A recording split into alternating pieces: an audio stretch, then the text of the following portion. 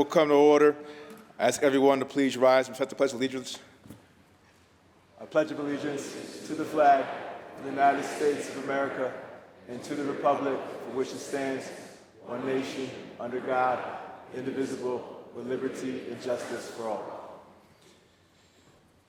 In the absence of clergy, let us bow our heads in a moment of silent reflection or prayer.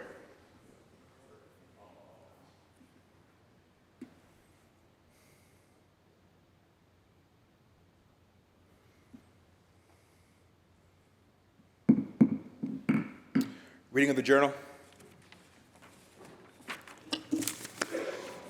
In Senate, Tuesday, January 6, 2026, the Senate met pursuant to adjournment. The journal of Monday, January 5, 2026, was read and approved. On motion, the Senate adjourned. Good. Without objection, the journal stands approved as read. Presentation of petitions, messages from the Assembly, messages from the Governor, reports of standing committees, reports of select committees, communications and reports from state officers, motions and resolutions. Senator Gianaris. Happy New Year, Mr. President. Happy New Year. And all my colleagues. Mr. President, there's a resolution at the desk. I ask that that resolution be read in its entirety, and I move for its immediate adoption. Substitution at the desk. Secretary will read. Senator Stuart Cousins moves to substitute Senate Concurrent Resolution 1312 for the identical Assembly Concurrent Resolution 823. Substitution is so worded. The Secretary will read. Assembly Resolution 823 by Assemblymember Peoples-Stokes, concurrent resolution of the Senate and Assembly relative to the adjournment sine die of the 2025 session of the legislature. The question is on the resolution. All those in favor, please signify by saying aye. Opposed, nay. The resolution is adopted. The 2025 legislative session is adjourned sine die.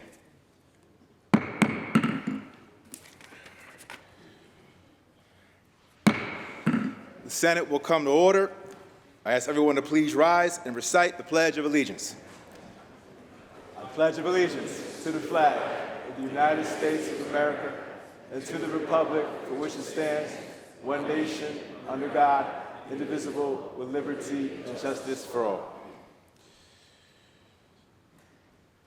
Bishop Mark O'Connell of the Roman Catholic Diocese in Albany, New York, will deliver today's invocation.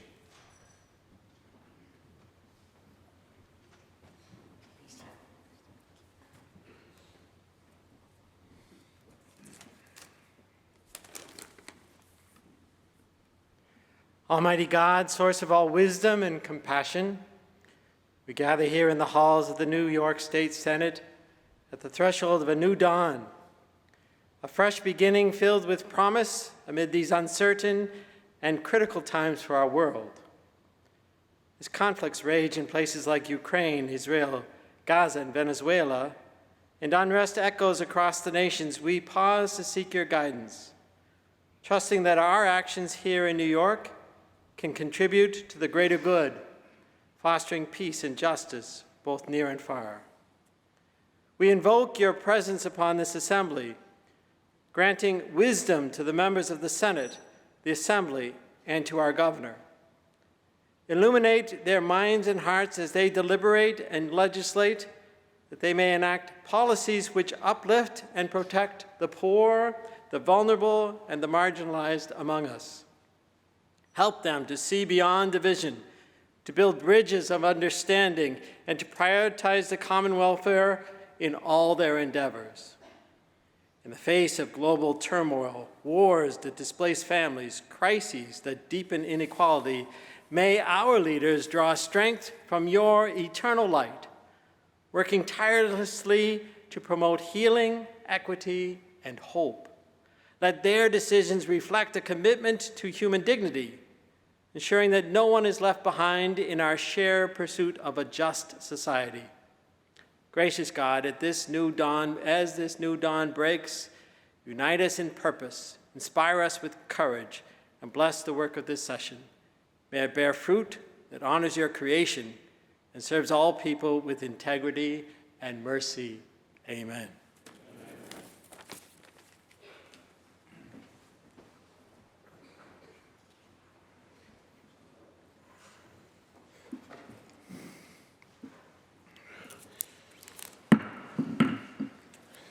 Secretary will call the roll to ascertain the quorum.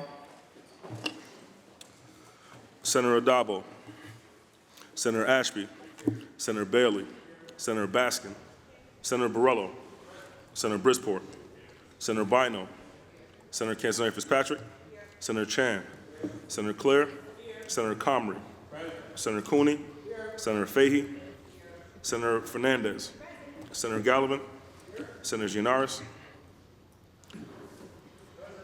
Senator Gonzalez, Senator Gunardez, Senator Griffo, Senator Harkin, Senator Helming, Senator Hinchy, Senator Jackson, Senator Kavanaugh, Senator Kruger, Senator Lanza, Senator Liu, Senator Martinez, Senator Martins, Senator Matera, Senator May, Senator Mayer.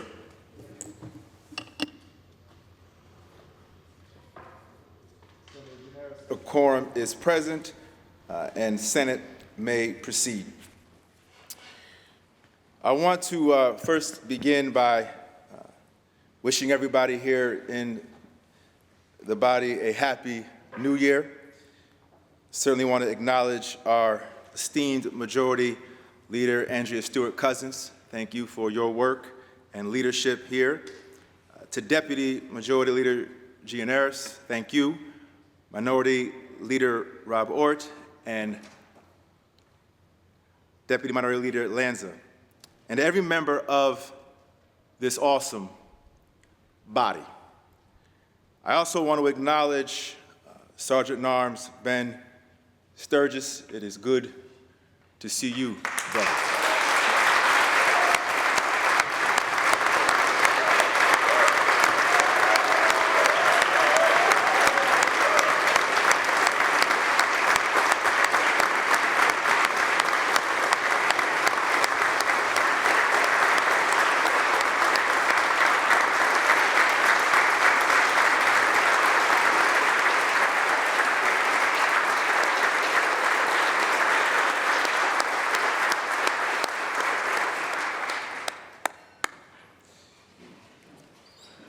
As President of the Senate, it is my distinct honor to welcome you all to the 2026 legislative session and to welcome you all to a new year of service to the great state of New York.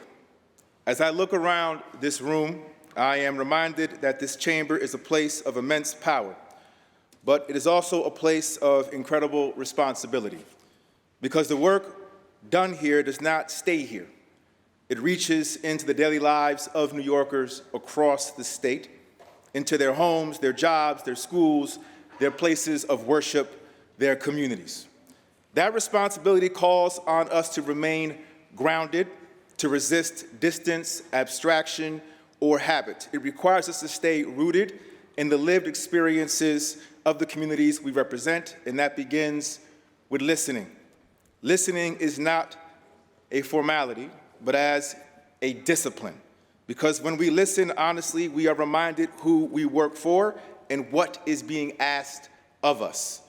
We hear the pressures families are under. We hear the anxiety about staying in their communities. And we hear the expectation that government should be a partner, making life more affordable and more secure. Each of you hears the voices of your constituents every single day, voices shaped by different geographies, different histories, and different needs. In this chamber, we have a responsibility to listen, not only to be informed, but also to be guided, to allow those voices to sharpen our judgment and anchor our decisions in the realities people are living with daily. At its best, leadership is not about volume or visibility. It is about conscience. It is about listening closely and then having the courage to act boldly on what we hear. It is about governing with integrity, walking with humility, and remaining accountable to the people who place their trust in all of us, especially when the challenges we face are deeply felt and urgent, especially when the decisions we are faced with are difficult. New York has always been a state of possibility, but possibility must be tangible. It must show up in whether people can afford to live, raise families, and build a future here. This is not an abstract goal. It is the measure by which our work will be judged. The work ahead will demand seriousness and resolve. It will require transparency, honesty, and a clear vision for where we, as people, are trying to go. It will necessitate a shared respect for the people we serve, and it will call for us to remember that the power of this institution exists for one reason and one reason only: to improve the lives of all New Yorkers.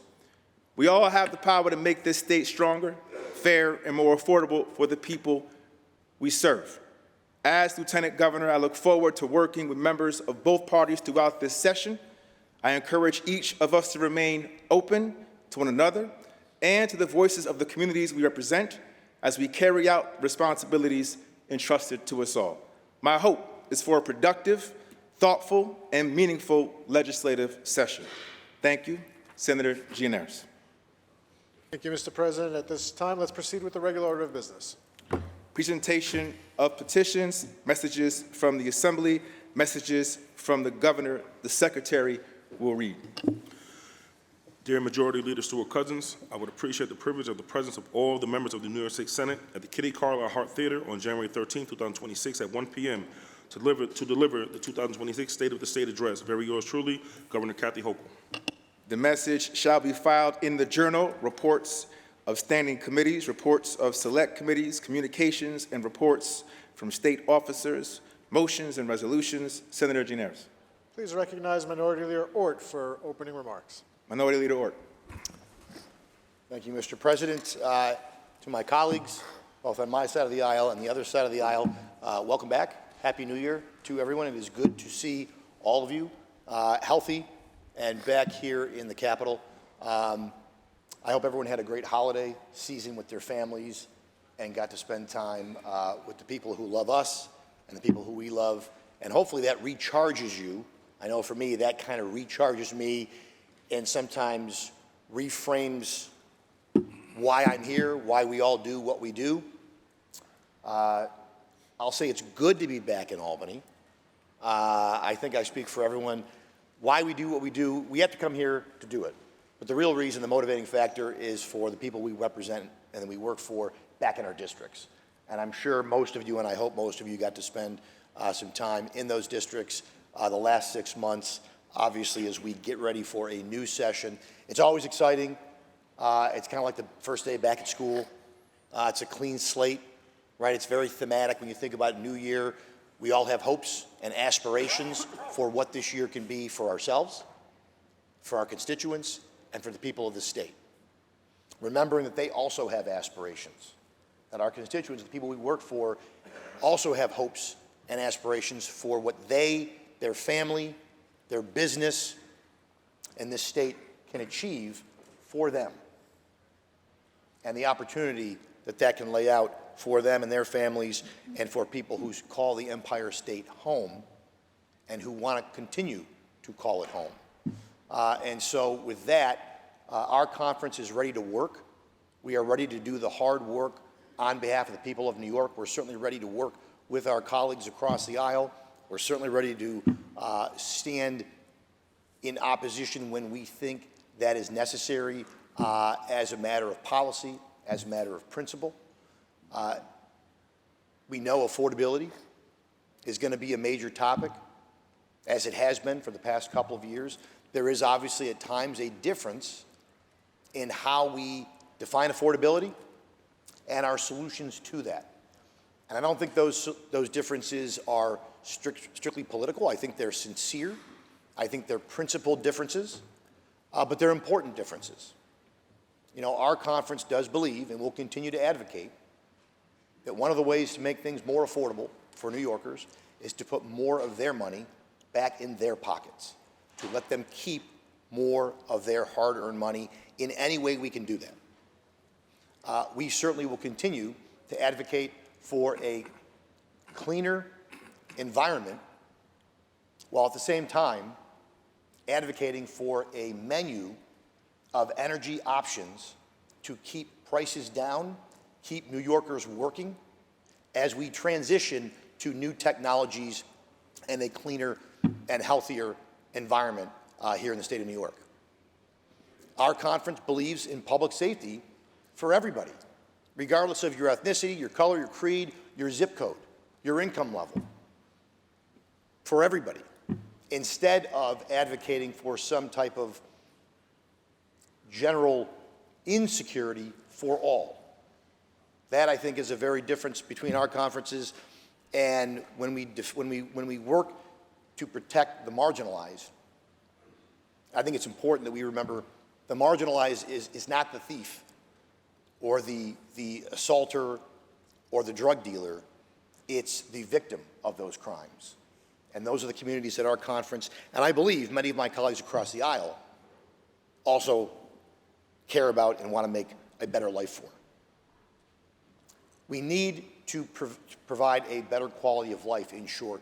And this is, we all know it's an election year when all of us will go up basically for that interview before our constituents to say, did we do a good job on behalf of you? Did we represent you, your values, your hopes, your dreams, your needs? Did we accomplish that? Did we move that forward in a tangible way? Not just good speeches, not just well-intentions, but Mr. President, you did we actually put some points on the board for people? Did we make their life a little easier? And if the answer is no, then we need to do a better job. Our conference, again, stands ready to work here. Republican Conference is ready to work with our colleagues across the aisle, with the governor, this session, to improve the lives of our constituents and New Yorkers across the board. Mr. President, thank you for your indulgence. Happy New Year, and God bless. Senator Gianaris. And now let's recognize Majority Leader Andrea Stewart-Cousins for opening remarks. Majority Leader Stewart-Cousins. Good afternoon, Mr. President. Thank you for being here and certainly for your words at the outset of our session. To my colleagues, welcome back. Happy New Year. And of course, to those who are streaming and here, to all New Yorkers, Happy New Year. Once again, I am proud to represent the great state, as we all are, and very, very excited for the opening of the 2026 legislative session. So, Mr. President, you recognized my good friend, Ben, but I think we deserve to give Ben another round of applause because we miss you so much.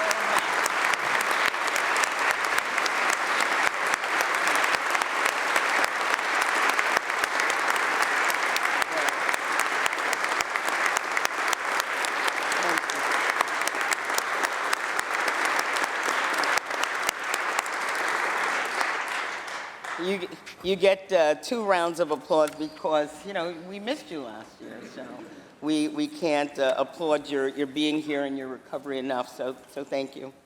I also want to welcome back staff from both sides of the aisle, and again, as the Minority Leader said, I hope that we all had an opportunity to enjoy the holidays and to enjoy some meaningful time with those people who care about us. And obviously, we are, again, hoping that you are energized, recharged, and ready to take on, what we know is going to be an interesting year, a challenging year.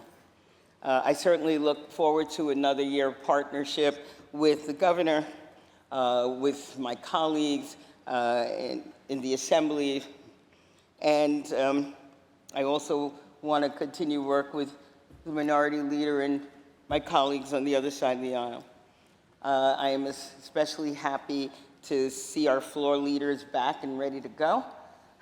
My Deputy Leader, Mike Gianaris, thank you so much for all you do, and your counterpart, Senator Andrew Lanza. So, again, thank you for your collaboration when we do these things.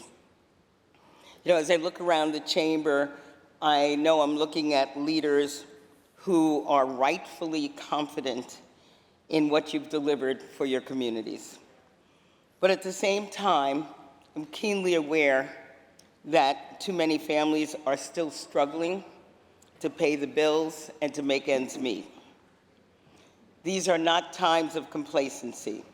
These are times that demand clarity, responsibility, and focus. We're beginning a new year in a moment when the pressures facing New Yorkers feel heavier and more immediate in their daily lives. Families are opening utility bills they can barely afford. They're walking down grocery aisles where prices are rising higher than their paychecks. They're worried about the cost of housing, health care, child care, the overall cost of living. At the same time, many New Yorkers are watching with genuine and well-founded concern the erosion of hard-won rights and constitutional freedoms that are being challenged all across the country. That's the reality that our constituents are living with. It's the responsibility, therefore, of the Senate, led by this majority, to meet it head-on. Understandably, there's a lot that we do not know and a lot that we cannot predict. And that uncertainty can feel overwhelming. But there is one truth about our work. It is that we've been here before, and every time this chamber has risen to meet the moment. In fact, we have already proven who we are in times of crisis. When the chaos and division of Trump 1.0 tested the foundations of our institutions, it was this chamber that stepped forward to defend New Yorkers. We'll continue to be a clear and unwavering voice for what New Yorkers deserve from their federal representatives. For example, laws like our SHIELD Act were not abstract ideas. They're fundamental protections that matter now more than ever. We showed the country that states could hold the line when Washington would not, and that government could still be a force of stability, fairness, compassion, and good. In moments of crisis, when COVID brought the world to a halt, and even when a former governor resigned in scandal, this chamber provided continuity and steadiness. We confronted what was uncomfortable, kept government functioning, and passed critical budgets under impossible conditions. We did it without losing our values or losing sight of the people we serve. Those moments were not easy, but they reminded us of something essential. We know how to lead in uncertain times. We know how to confront the unimaginable. We know how to govern when the ground shifts beneath us because we already have. We know how to work together. We know how to reach consensus. We represent every corner of the state, from cities to suburbs, small towns, farmlands. We represent districts that are safely Democratic and Republican, as well as districts that are competitive, moderate, hard-fought. Our strength comes not from pretending that one size fits all, but from understanding that New York works best when communities see themselves reflected in the various solutions we advance. Ideology and principles matter. They guide us. They shape our priorities and our sense of justice. But governing also requires realism. The landscape ahead is complicated. The stakes are high. Navigating what comes next will require discipline, collaboration, and resolve. In moments like these, we have to be adults in the room. We have to help set the tone and direction for the state. We must give a sense of security to our constituents who are living in unprecedented times of uncertainty. That is what the Senate has done under this majority's leadership. When Washington chose chaos, we deliver stability. When Washington offers rhetoric, we produce results. When Washington leans on division, we focus on improving the people's lives in tangible and practical ways. That's the standard New Yorkers expect from us as we move into this new year. We know what our communities need. We understand the challenges they face. We see the role of the Senate, led by the majority, that we must play, not to respond to the moment only, but to shape what comes next. This session, our work continues to meet the affordability crisis head-on. We'll tackle everything from the rising utility costs, price of groceries, to promoting universal childcare. We'll continue strengthening a healthcare system that puts patients first, and we'll stand firm in defense of voting rights and equal rights, with one of our central focuses being standing up for communities, and certainly the bishop mentioned this today, that are being targeted and marginalized, which includes protecting our immigrant brothers and sisters by advancing goals set forth in New York for All. As we open the legislative session, let us do it with confidence, grounded in what we've already proven, clear-eyed about the work ahead, and united in our responsibility to deliver. Because New York and New Yorkers are counting on us, and this Senate will be able, as always, to meet the moment. Thank you. Let's get to work.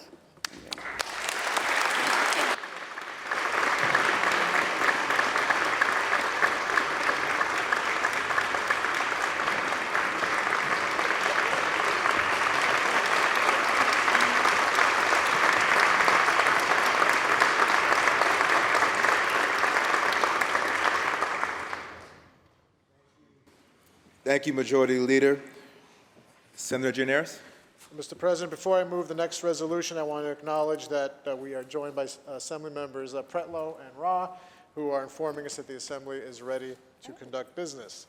And with that, I would like to take up our own resolution appointing a committee of two to inform the governor that the Senate is organized and ready to proceed. Secretary will read. Resolution 1307 by Senator Stewart Cousins, directing the temporary president to appoint a committee of two to inform the governor that the Senate is organized and ready to proceed with business. The question is on the resolution. All those in favor, please signify by saying aye. Aye. Opposed, nay. The resolution is adopted. Senators Bino and Chan are appointed to inform the governor that the Senate is organized and ready to proceed with business. Senator Gianaris. And now let's take up the resolution appointing a committee of two to inform the Assembly that the Senate is assembled and ready to proceed with business. Secretary will read. Resolution 1306 by Senator Stewart Cousins, directing the temporary president to appoint a committee of two to wait upon the Assembly and inform that body that the Senate is assembled and ready to proceed with business. The question on the resolution, all those in favor, please signify by saying aye. Aye. Opposed, nay. The resolution is adopted. Senators Ryan and White are appointed to inform the Assembly that the Senate is assembled and ready to proceed with business. Senator Gianaris. Is there any further business at the desk today? There is no further business at the desk. I move to adjourn until Monday, January 12th at 3 p.m., with the intervening days being legislative days. On motion, the Senate stands adjourned until Monday, January 12th at 3 p.m., with the intervening days being legislative days.